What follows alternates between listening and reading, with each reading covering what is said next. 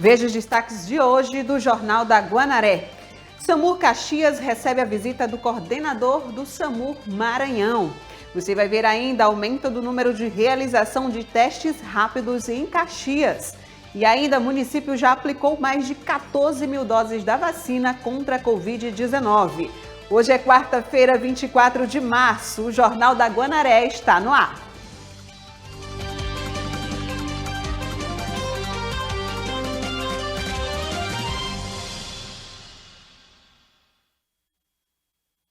Boa tarde.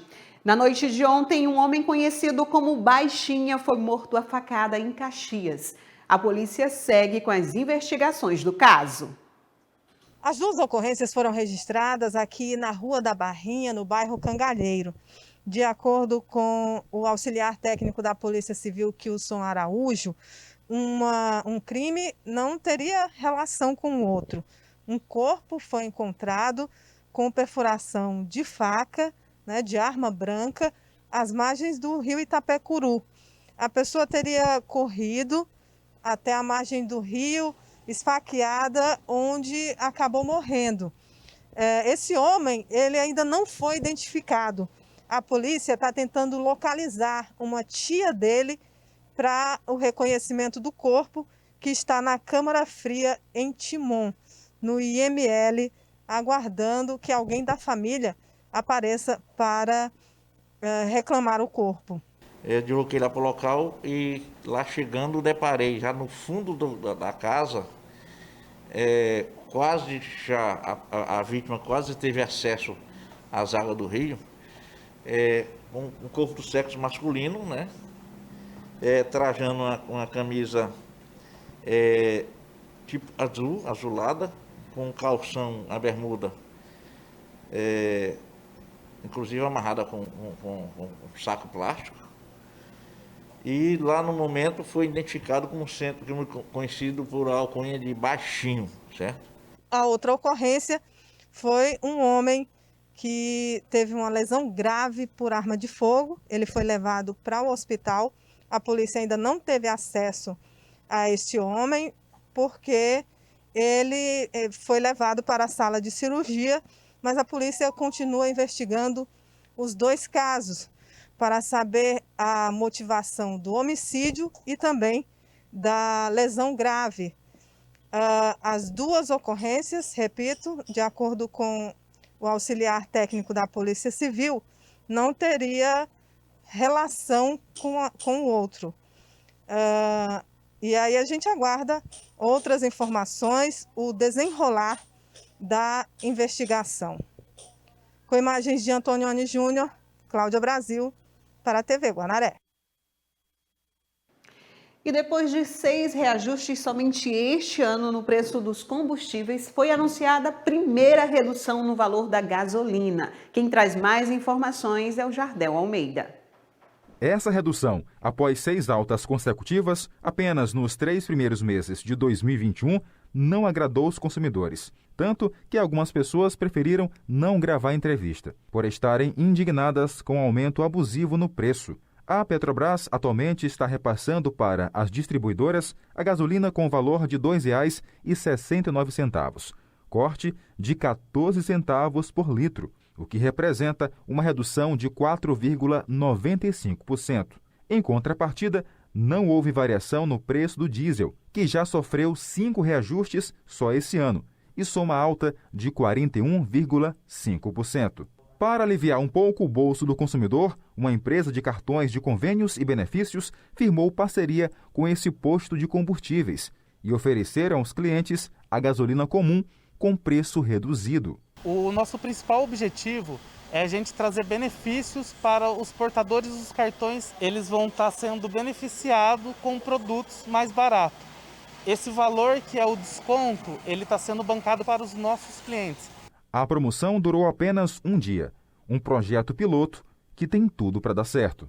É uma parceria onde a gente consegue fornecer um desconto através de um valor que a gente está bancando para eles. Tá? Hoje a gente está fazendo com a gasolina, que é um dos produtos que mais caro está ficando. Todo mês a gente tem, toda semana na verdade, a gente tem notícia de alta. e agora a gente está fazendo essa promoção para a gente poder dar um produto de qualidade com um preço bem melhor para os nossos clientes. E o governo do estado está com as inscrições abertas para o seletivo que irá contratar quase 600 profissionais que irão auxiliar os municípios na vacinação. A iniciativa do Poder Público Estadual visa promover maior agilidade na aplicação das vacinas, considerando o aumento do volume de doses recebidas. O edital do seletivo está disponível no site da Secretaria de Estado da Saúde, www.saude.ma.gov.br. E na manhã de ontem, a sede da Regional do SAMUR, em Caxias, recebeu a visita do coordenador estadual do SAMUR Maranhão, Marcos Carvalho. A visita se estendeu a uma reunião com representantes das bases de 9 municípios da região. O coordenador estadual do SAMUR Maranhão, Marcos Carvalho, visitou a sede regional do SAMUR, conheceu as instalações e se reuniu com o secretário municipal de saúde e a diretora da unidade em Caxias. As visitas técnicas do Estado, elas têm como principal objetivo prestar assessoria técnica aos municípios, orientando eles, monitorando e acompanhando o funcionamento do serviço de atendimento móvel de urgência. O SAMU é uma das maiores conquistas do SUS para o povo brasileiro. Ele destacou ainda que os trabalhos realizados aqui no município é bem avaliado lá fora. Estamos aqui para acompanhar e verificar as instalações da sede da Central de Regulação das Urgências, da sede do SAMU de Caxias, inclusive uma das melhores sedes já construídas no estado do Maranhão, o SAMU de Caxias, há muitos anos, é uma referência para o estado. Carlos Alberto disse que agora, mais do que nunca, é o momento de juntar esforços para oferecer aos usuários um atendimento de excelência. Foi uma conversa muito amistosa, muito boa. A gente analisou várias perspectivas, inclusive de melhoria do nosso processo. Pensamos, inclusive, na descentralização das nossas equipes aqui de Caxias, para que nós colocássemos a equipe em pontos estratégicos, para que assim a gente pudesse estar reduzindo o nosso tempo de atendimento, melhorando os nossos indicadores em relação ao transporte de pessoas em situação de risco. A visita se estendeu a uma reunião com os representantes das bases descentralizadas dos 9 municípios da região. É um momento bem importante, né? Nesse momento que estamos passando de pandemia, né?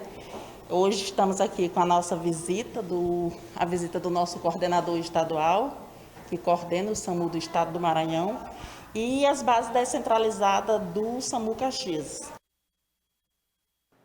E a Defensoria Pública do Maranhão recorreu pela 3ª vez o pedido de lockdown no estado. A ação civil pública tem caráter de pedido liminar, em que pede a medida de restrição no período de 14 dias em todo o Maranhão.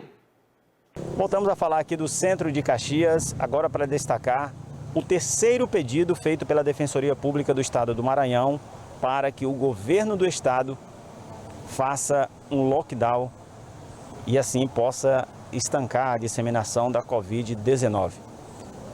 Vimos que o governo do estado já decretou medidas mais rígidas, intensificou a fiscalização em vários municípios, porém, essa medida aqui ela visa o fechamento de todas as atividades.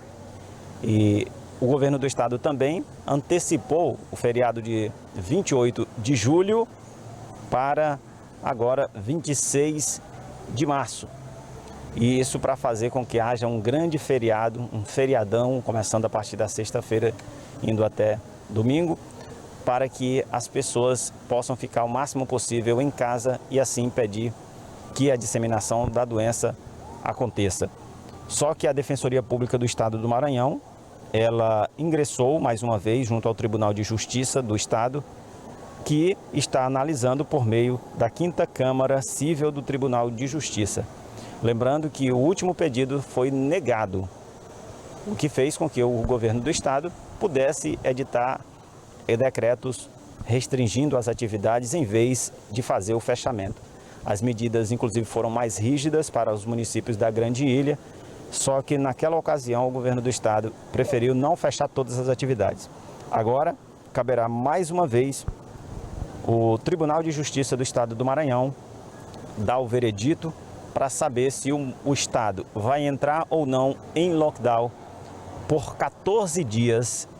É a quantidade de dias que pede a Defensoria Pública para que haja o fechamento de todas as atividades e assim o estado possa respirar um pouco mais, porque de fato as UTIs estão lotadas e o estado não está com estrutura suficiente para atender a todos. Outras informações em nossa programação. Julimar Silva com imagens de Júnior Leite para o Jornal da Guanaré. E veja, depois do intervalo, aumenta o número de realização de testes rápidos em Caxias. E ainda as notícias do esporte com Vanderlei Araújo. A gente volta já já.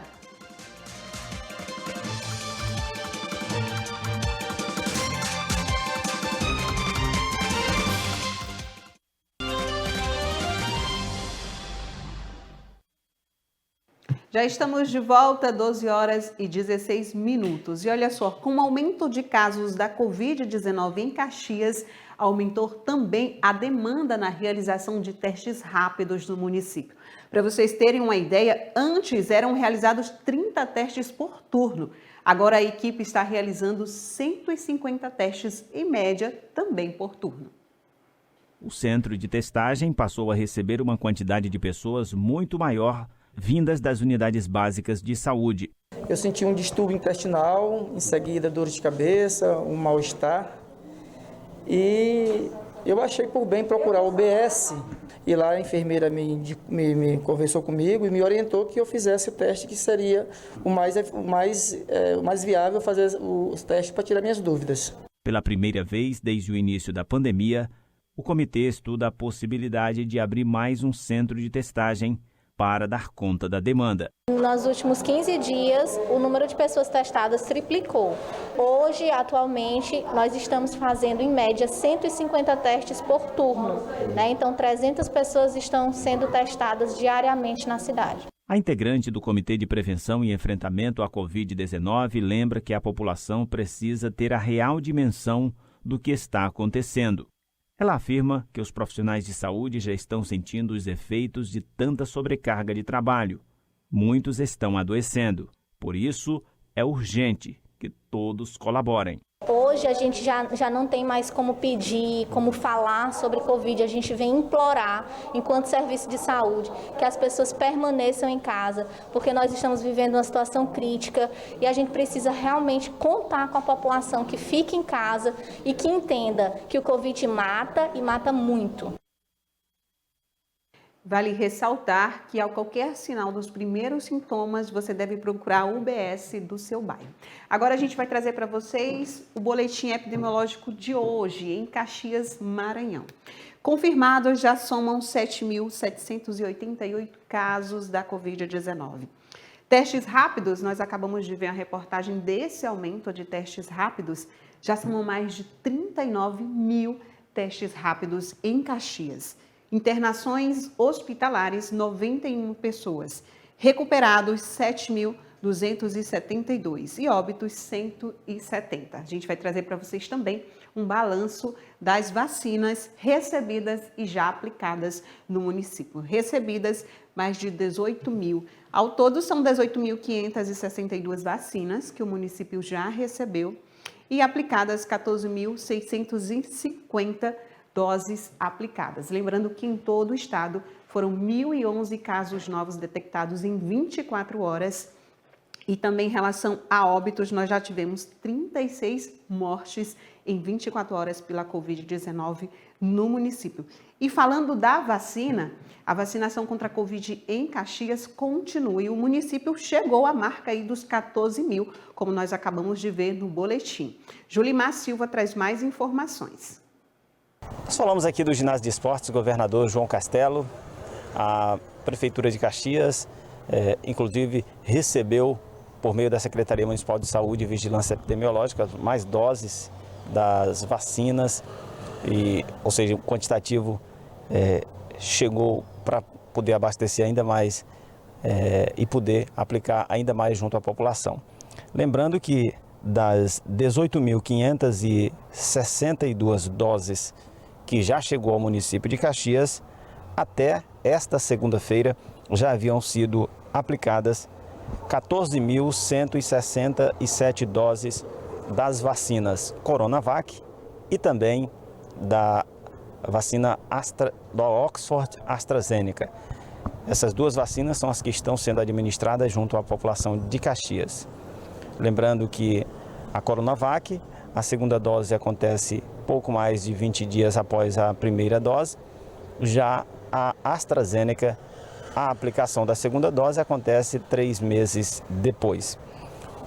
Lembrando que a Prefeitura de Caxias ainda está vacinando pessoas a partir de 73 anos, mas essa faixa etária deve baixar a qualquer momento, tendo em vista a chegada de mais doses. Por enquanto, a Prefeitura não divulgou qual é a próxima faixa etária. Por enquanto, então, somente idosos a partir de 73 anos estão sendo vacinados em Caxias. Julimar Silva com imagens de Júnior Leite para o Jornal da Guanaré. É bom ressaltar que mesmo você que já tenha passado pela vacina da Covid-19 do público-alvo, precisa manter as medidas de segurança. E olha só, o número de crianças internadas com a Covid-19 tem crescido, segundo dados da Secretaria de Estado da Saúde. Até o dia 7 de março, os números da doença em crianças de 0 a 9 anos eram 5.408 casos. Em todo o estado já foram registradas 22 mortes. Foram solicitados 12 exames de sangue, deu tudo ok. Foi solicitado um raio-x. No raio-x a médica já viu algumas secreções no pulmão e solicitaram o exame para Covid. Ele fez o do nariz e o da garganta e testou positivo. Meu beijo está com Covid, tá? Ele tem 5 anos. Ele não apresentou nenhum sintoma para que a gente pudesse ficar em alerta. Ele não teve tosse, ele não gripou, ele não deu febre, ele não teve dores no corpo. Quando teve, já foi esse cansaço. Este é o depoimento da mãe do Benjamin, um garotinho de apenas 5 anos de idade que foi diagnosticado com Covid-19. O quadro se agravou e ele ficou 5 dias em uma UTI. Se eu tive a coragem de vir aqui para vocês para dizer isso, é porque eu estou vivendo na pele. Nossos filhos estão à mercê desse vírus, sim. As crianças, elas estão ficando doentes, sim. E nós não temos um sistema de saúde capaz de comportar essa quantidade toda de crianças. O caso dele serve como um alerta. O número de crianças internadas com Covid-19 tem crescido. Segundo dados da Secretaria de Estado da Saúde, até o dia 7 de março, os números da doença em crianças de 0 a 9 anos eram estes no estado. Casos positivos, 5.408. E mortes confirmadas, 22. A Secretaria de Estado tem estrutura montada para atendimento pediátrico aos casos de Covid-19, como observou o secretário adjunto de Assistência à Saúde. As nossas portas de entrada são as unidades de pronto atendimento. A gente tem as 6 UPAs da capital e da região metropolitana atendendo essas demandas pediátricas, e lá esse paciente faz a triagem. Essa triagem, o pediatra verifica a necessidade ou de já fazer a internação do paciente e a solicitação do leito, ou se esse paciente tem condição de ser encaminhado para o ambulatório de síndromes respiratórias no HCM, no Hospital Carlos Macieira. Lá no HCM, esse paciente ele é avaliado e, caso seja necessário, ele pode tomar já a medicação e faz o fast track completo. Exames de laboratório, imagem, a consulta com o pediatra e a medicação. Pelo que relatou a mãe do Benjamin, os pais precisam manter as medidas de proteção para a criançada e ficar muito atentos aos sintomas, que são os mesmos observados em adultos, como febre, dor de garganta, tosse e cansaço. Além disso, pode haver agravamento de casos em crianças menores de 2 anos ou com doenças pulmonares crônicas, como asma não controlada e fibrose cística. Problemas de alimentação. É que a criança pode apresentar incapacidade de mamar ou ingerir líquidos, letargia, convulsões ou inconsciência. Atenção aos bebês. Se ficarem mais cansados que o habitual ou apresentarem pele e lábios arroxeados, recomenda-se ir ao hospital imediatamente.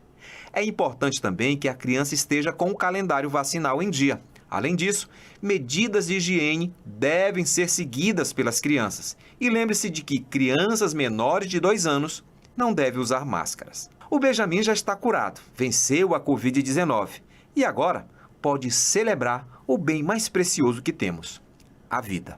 Tudo pode passar, tudo pode mudar, mas tua palavra vai se cumprir, eu sei que vai. Deus quer aliança, Deus que promessas, Deus que não é homem pra mentir. É realmente desesperador um pai ou uma mãe ter que passar por isso. Por isso, a importância de manter sempre os cuidados contra a Covid-19. Agora vamos mudar de assunto, porque chegou a hora das notícias do esporte com Vanderlei Araújo. Boa tarde, Vanderlei. Boa tarde, Soyara. Boa tarde você de casa. E olha só, ontem o Tubarão e o Jacaré se enfrentaram. Para você entender, ontem o Sampaio Corrêa conseguiu a sua primeira vitória na Copa do Nordeste em um jogo fora de casa. O Tubarão superou a equipe do Altos no estádio Albertão, em Teresina. O jogo foi 1-0 para a equipe maranhense e o gol foi marcado por Jefinho na primeira etapa. Vitória importante, né? Vitória importante, a gente já vinha buscando há muito tempo já essa vitória. Sempre a gente batendo na trave, mas aí a equipe foi bem, a equipe foi bem determinada. A gente sabia da dificuldade do jogo aqui, que ia ser difícil, devido ao clima, todo o campo.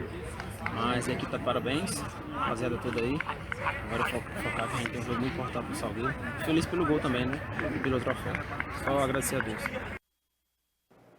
Outro que falou sobre esses 3 pontos conquistados com a vitória foi o Ferreira. Graças a Deus a gente vinha para esse jogo, sabíamos da responsabilidade que a gente tinha de conseguir as vitórias.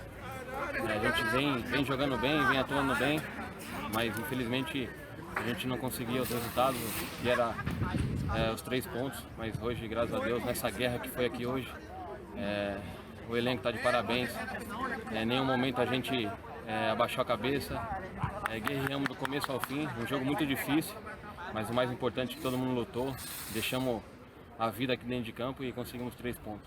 Creio que essa vitória nos vai servir muito na competição. Era tudo que a gente estava buscando e graças a Deus hoje conseguimos. Agora é continuar com a mesma humildade, o pé no chão, trabalhar os dias que tem aí para um novo confronto aí que vai ser mais uma final contra o Salgueiro.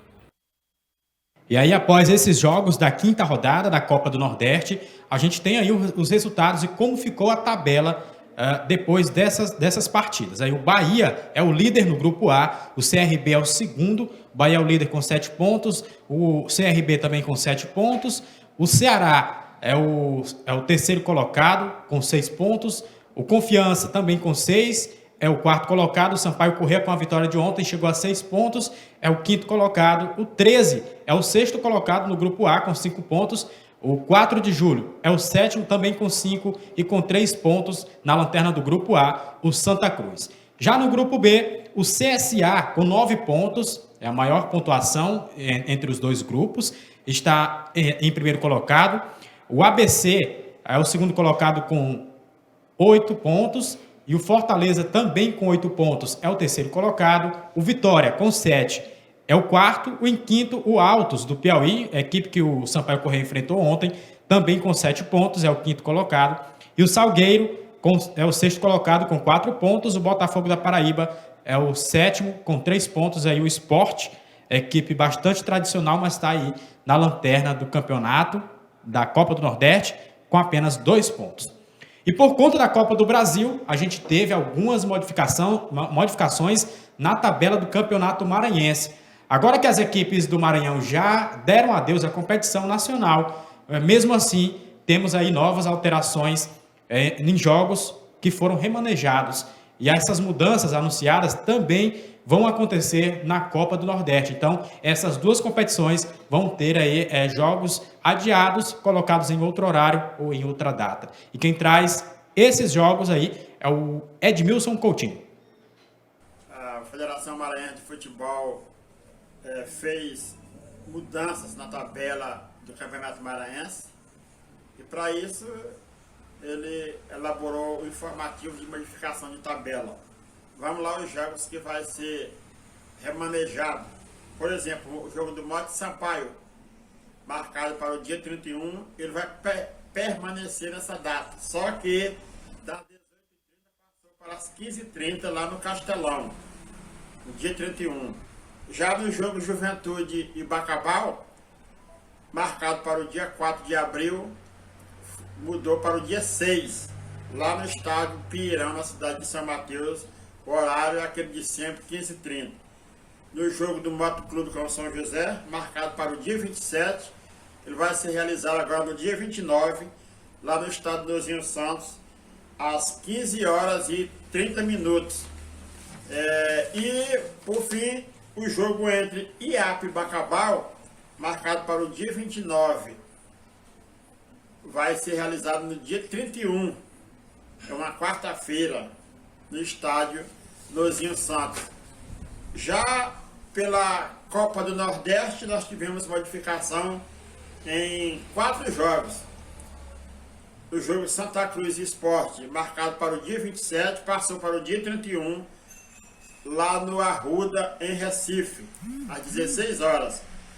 No jogo 4 de julho em Fortaleza, marcado para o dia 27, ele vai permanecer nesse mesmo dia, só que às 15h30, que ele estava marcado para as 18h45.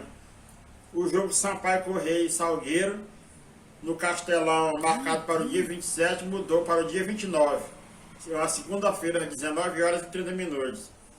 E por último, o jogo do CRB e ABC no estádio Repelé, em Maceió, do dia 27 passou para o dia 30. Então, portanto, são as modificações aí do Campeonato Maranhense, em jogos do Campeonato Maranhense e em jogos da Copa do Nordeste. Edmilson Coutinho para o Jornal da Guanaré. E o Juventude Samas jogaria no final de semana, o jogo foi adiado para a próxima segunda-feira. E aí o atacante João fala sobre esse confronto contra o Imperatriz na segunda-feira. Bom, a gente sabe que a expectativa do jogo ela é muito boa, né? Vai ser um jogo bastante difícil. Nós estamos buscando a classificação, né? Vai ser um jogo muito importante, muito decisivo. A gente sabe da situação do Imperatriz também, que está tentando fugir do rebaixamento, né? Então pode ter certeza que vai ser um grande jogo. Sobre o nosso ataque, futebol é assim, né, cara?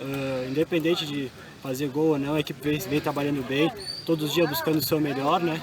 E tenho certeza que o treinador Toninho Pesso vai ajustar a equipe da melhor maneira para a gente chegar, conseguir ir às redes e ser com a vitória em Imperatriz. Muito bem, Vanderlei. Obrigada pelas notícias de esporte de hoje. E, portanto, essas foram as notícias do esporte. A gente volta amanhã trazendo muito mais para você.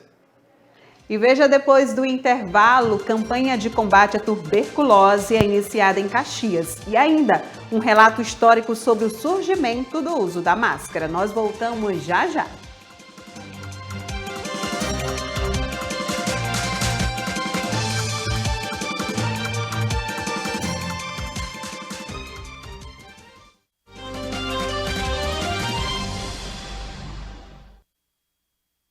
Já estamos de volta, 12h38. A Associação dos Fabricantes de Urnas do Brasil emitiu uma nota sobre uma possível falta de caixões. O motivo, de acordo com os fabricantes, é a escassez de matéria-prima. A Associação dos Fabricantes de Urnas no Brasil emitiu uma nota sobre uma possível falta de caixões. O motivo, de acordo com os fabricantes, é a escassez na matéria-prima, aço, TNT e MDF, situação confirmada por esse empresário do ramo em Caxias. Então eles nos alertaram para nós já ficar avisado, porque está faltando matéria-prima. Está faltando matéria-prima. Então, até agora nós estamos prontos para sustentar a demanda, mas não sabemos o que vem aí. Eles já estão preparando a gente, quiser comprar mais agora, quiser se preparar, mas a gente nunca está preparado para tudo. Até o dia 15 de março, só no Maranhão, do ano passado até agora, foram registradas 5.505 mortes pela Covid. Os 15 maiores fabricantes de caixões aumentaram a sua produção em 20% para atender a demanda. Que nós pode entrar num colapso com matéria-prima, com caixões. Então isso é em termos de Caxias, Maranhão, Brasil. Vamos pedir a Deus que não aconteça isso, mas já fomos avisados, inclusive, aumento de 20% em cima da tabela de preço, que custou subir a tabela de preço. Em contrapartida, a procura de ornamentos funerários, como coroa, roupas e aplicação de formol, teve queda. Estou aqui para atender qualquer um que chegue, eu não vou deixar sem atender. Agora, na parte do velório, não faz, gente, não vão fazer velório. Dá um jeito, manda fazer a sepultura, de lá tira, a gente passa na porta da pessoa na hora de levar e faz o sepultamento. Vamos preservar vida, os que estão na família ali, tudo misturado. Nós gostaríamos de beijar nossos entes queridos antes de sair, abraçar, mas não pode, a doença é perigosa. E a Coordenação Estadual da Mulher em Situação de Violência Doméstica e Familiar do Tribunal de Justiça do Maranhão segue com as inscrições abertas para o primeiro concurso literário Maria Firmina dos Reis. O concurso vai premiar contos, crônicas e poemas sobre a temática da violência doméstica e familiar contra a mulher, com valores entre R$ 500 e R$ 2.000. As inscrições acontecem até 30 de abril e podem ser feitas através de um link disponibilizado em um banner na página principal do Tribunal de Justiça do Maranhão. E depois de um ano vivenciando a pandemia do novo coronavírus, o uso da máscara se tornou comum por questões de saúde. Mas você sabe quando começou esse uso da proteção? É o que a gente vai acompanhar agora na reportagem. Muita gente não sabe, mas o uso das máscaras já foi bastante utilizado em tempos difíceis no passado. Nas ruas, algumas pessoas arriscam em que momento isso possa ter acontecido, já outras não recordam muito bem. Não, nunca, de uso mesmo, nunca soube não. Sabendo agora? Exatamente. Não, eu não assisti não, estou assistindo ultimamente agora. Não, eu nunca tinha ouvido falar sobre isso, é a primeira vez. A história do uso da máscara, das máscaras faciais, está muito associada ao surgimento das epidemias na história durante os passados séculos dos anos. Mas nós imediatamente associamos ou lembramos daquela máscara da peste negra, né, dos médicos da peste negra, aquela máscara estranha com bico. Na verdade, ela data do século XVII. A peste negra, ela surge, aspas, tem o maior surto de peste negra na Europa, no que hoje entendemos por Europa, é do século XIV.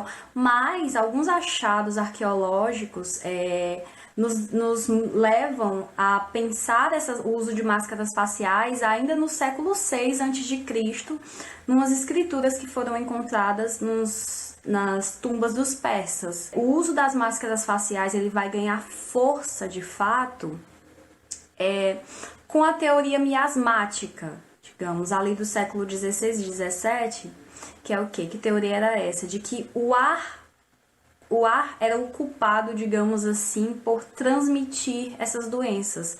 As pessoas, ao aspirarem aquele ar contaminado, ficavam adoecidas, de acordo com essa teoria. As máscaras, como nós usamos hoje, o uso delas é muito recente. Elas datam mesmo do século XX. Na verdade, a máscara cirúrgica, as mais evoluídas, digamos assim, elas datam de bem recente, de 1950, 1960. Mas esse processo de se entender a importância do uso da máscara, ele vai, digamos, ser mais discutido com a epidemia da gripe espanhola. Antes da epidemia da gripe espanhola, nós tivemos um surto da praga da Manchúria, em 1910, e ali alguns médicos já começaram a discutir essa questão do uso das máscaras. Mas com a gripe espanhola, que chegou a dizimar aproximadamente 50 milhões de pessoas no mundo, as máscaras faciais passaram, de fato, a ser mais utilizadas. E hoje nós vivemos uma nova crise sanitária no mundo. E mais uma vez as máscaras entram em cena e protagonizam a sua importância na vida do ser humano. E tudo indica que nós vamos continuar com o uso dessa máscara por um bom tempo. Olha só, a Secretaria Municipal de Saúde deu início à campanha de combate à tuberculose. A campanha segue até sexta-feira. As ações acontecerão em todas as 37 unidades básicas de saúde que estão aptas a receberem os pacientes com sintomas da doença. A tuberculose é outra doença perigosa que afeta principalmente os pulmões. Daí a preocupação dos profissionais de saúde em orientar a população para combater esse mal.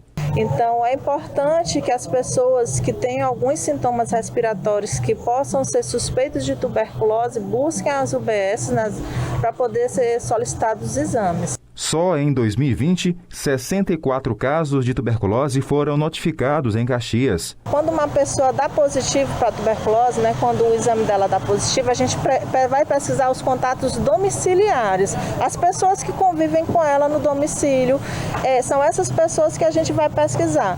Assim, boa parte da nossa população, ela é vacinada. Ela recebeu a vacina da BCG, mas não é somente isso que é o fator em relação à pessoa contrair a doença. Existem outros fatores de imunidade, existe a questão também, às vezes, de pessoas que fazem muitas dietas restritivas. De acordo com a Secretaria de Saúde do município, cerca de 30 pessoas estão em tratamento à tuberculose em Caxias. Lembrando que de janeiro até março desse ano, 6 novos casos foram notificados. Os sintomas da tuberculose são semelhantes à da Covid-19. A avaliação de um profissional logo no início é muito importante. Tuberculose tem tosse seca, tem emagrecimento repentino, tem febre no final da tarde, tá? Diferentemente da Covid, que também tem tudo isso, mas não tem essa questão específica de ter febre no final da tarde, do emagrecimento, tá? A Covid ela agrava mais rapidamente do que a tuberculose, tá? Então tem todos esses outros pontos. A campanha começou essa semana e segue até o fim do mês. Sim, a tuberculose ela é uma doença grave, apesar de ter tratamento, de ser todo disponibilizado pelo SUS, pelo município também. Todos os nossos casos, eles são monitorados. A espiritualidade inconsistente e o mercado de Deus foi o último tema da Sala de Gestão de Ideias que aconteceu no último sábado via Google Meet. O debate foi conduzido por Giovanni Pires. A Sala de Gestão de Ideias, ambiente virtual onde os integrantes se reúnem todos os sábados pelo Google Meet, em sua 32ª edição, debateu a temática A Espiritualidade Inconsistente e o Mercado de Deus. O debate foi conduzido por Giovanni Pires, filósofo. A sociedade ela sempre vai remeter, ela sempre vai necessitar da religião a fim de buscar o entendimento de si mesmo. E em resposta às atrocidades e exageros de correntes teológicas presentes cada vez mais nos templos, tais como aqui destaco uma de modo particular, a corrente teológica da prosperidade, da felicidade plena e etc., onde há um oferecimento de um fenômeno sobrenatural, se o seu fiel oferecer, então, uma oferta material. E assim por diante. Ao dar espaço à religião, ela entra no mercado oferecendo-se serviços, evidentemente que vai ter o marketing, pois a mesma precisa ser atraente. A sala contou com pessoas de vários cantos do país, a exemplo de São Luís, Goiás, Caxias, Santa Catarina e Pará. É muito importante, né, que nesse período de crise, de pandemia, mas que também é uma crise existencial, espiritual, econômica, a gente tem uma pauta, que é uma pauta positiva, né? A gente ouvir, aprender com os colegas. Nós tivemos a oportunidade de conversar com pessoas de diversos naipes, de diversas vertentes culturais. Durante a pandemia, embora cada pessoa tenha sua religião, a busca pelo sagrado passou a ser realizada de modo mais individual e ainda tendo como intermediário a tecnologia. Hoje, no mundo digital, com as relações de rede, as religiões e os seus líderes têm se apropriado deste meio também, têm usado da mídia para pregar, lançando mão de ferramentas de marketing e redes sociais para converter então seus fiéis, oferecendo Deus como um produto a ser adquirido. E o Jornal da Guanaré termina aqui. Muito obrigada pelo carinho da sua audiência. A gente volta a se encontrar amanhã. Fiquem agora com a Hora do Povo com Mário Júnior.